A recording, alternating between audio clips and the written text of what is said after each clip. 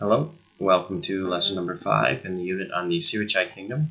In this lesson we're going to be learning about the kings of Srivijaya. Alright, the kings were referred to as Maharaj or Maharaja, meaning great kings.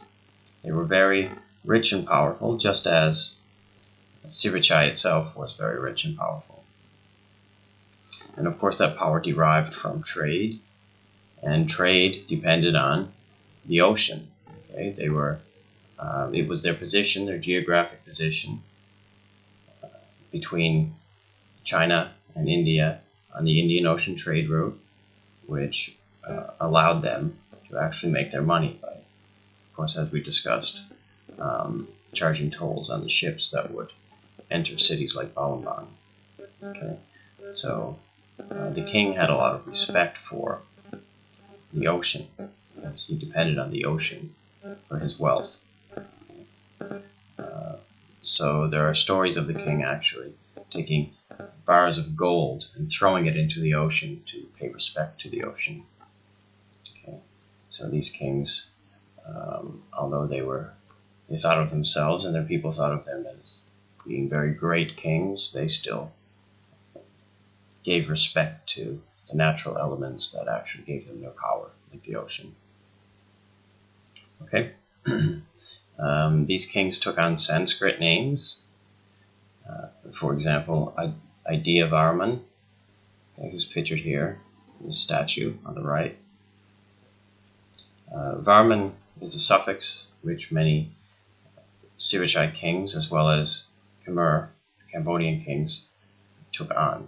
Varman is a Sanskrit word which refers to shield, which means shield or protector.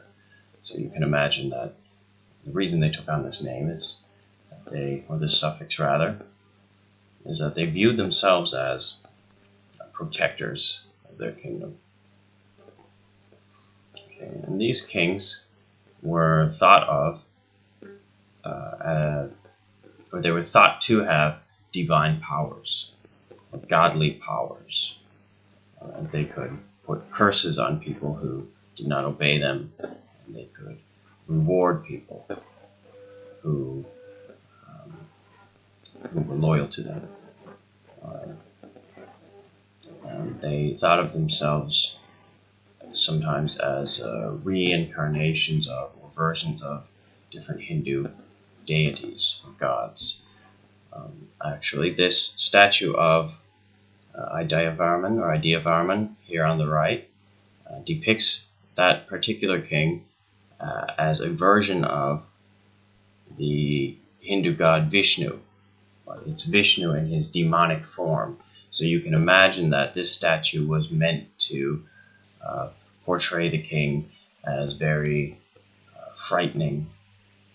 Okay, although he was powerful, he was very frightening and scary. And if you didn't do what he wanted you to do, then you were in big trouble, basically. Okay, so you can see that he's standing on a circle of skulls here. All right, and he's holding a knife in his hand.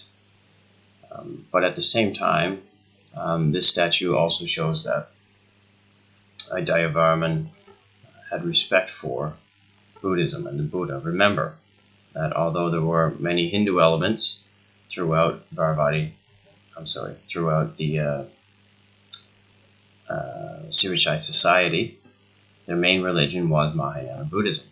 So if you look up here, and this sort of headdress or hat that he's wearing, there is an image of the Buddha. And of course the Buddha is higher than his own head, showing that he had a lot of respect for the Buddha and Buddhism. And although he's being depicted as a deity or a god himself, that god being Vishnu. Okay.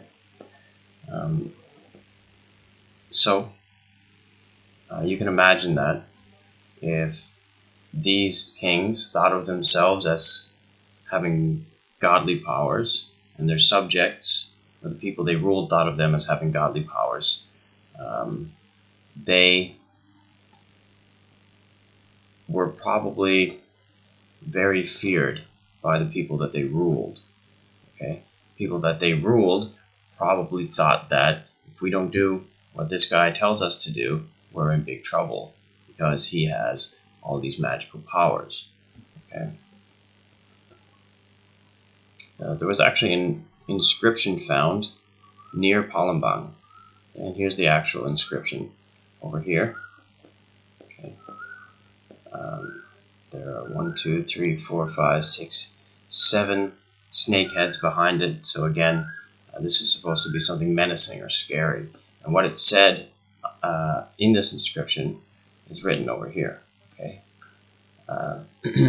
All of you, as many as you are, sons of kings, chiefs, army commanders, confidants of the kings, judges, surveyors of groups of workmen, surveyors of low castes, cutlers, clerks, sculptors, naval captains, merchants, and you, washermen of the king and slaves of the king.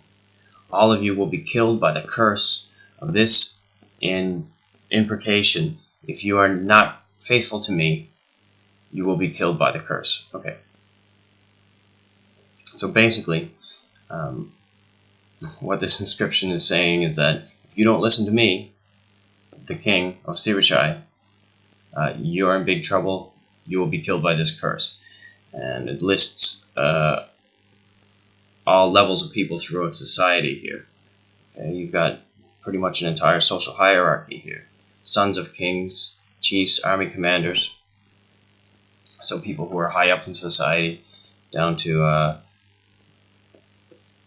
cutlers, clerks, sculptors, naval captains, okay, people lower in society, down to the washermen and slaves, so people at the bottom of the social hierarchy. Everybody, it doesn't matter who you are, according to this inscription. Okay, if you don't listen to the king, this curse is going to kill you, basically. Okay, that's what this inscription is saying. All right. The inscription went on to say that, however, if you are submissive, faithful, and straight to me, and do not commit these crimes, you will not be swallowed with your children and wives. Eternal peace will be the fruit produced by this curse, which is drunk by you. So this inscription also says that if you listen to me, and if you're faithful to me, the king of Srivijaya, good things will happen to you. All right. So the king of Srivijaya used this image of godliness to keep his subjects in line, to scare his subjects into listening to him. Okay. So his image as a great king and who had godly powers was a way of controlling the people.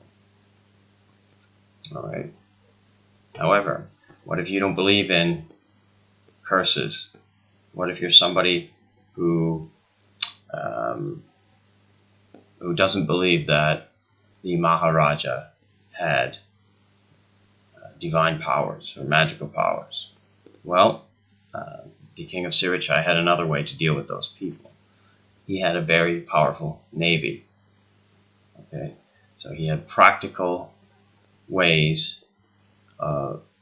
tangible ways of dealing with people who were not submissive to him. And remember that kingdoms like Palembang, smaller kingdoms or city-states like Palembang or Langkasuka, all right, they may not have wanted to be part of the Srivijaya kingdom, but the king in Palembang, the king of Srivijaya, was able to control them because he had a powerful navy. Okay. Now this navy was also used to stop pirates who would have stolen from merchant ships. All right, so of course the king wanted to keep his seas safe, so merchants would continue coming there. So his navy were hired, paid to stop pirates, as well as control other city-states and kingdoms that he wanted to keep within his own kingdom. Okay.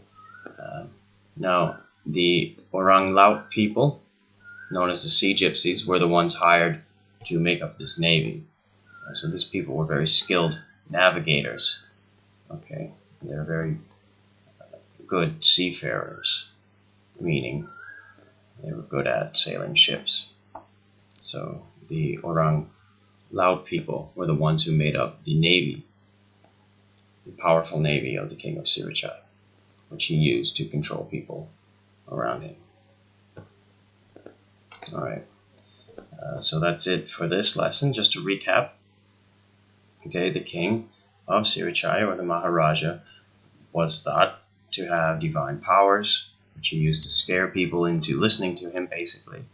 But he also had a very powerful navy, and he would use this navy as well, which was made up of Orang Laut people, to control these small kingdoms or city-states that he wanted to control, as well as stopping pirates. Okay, great. Thank you for listening.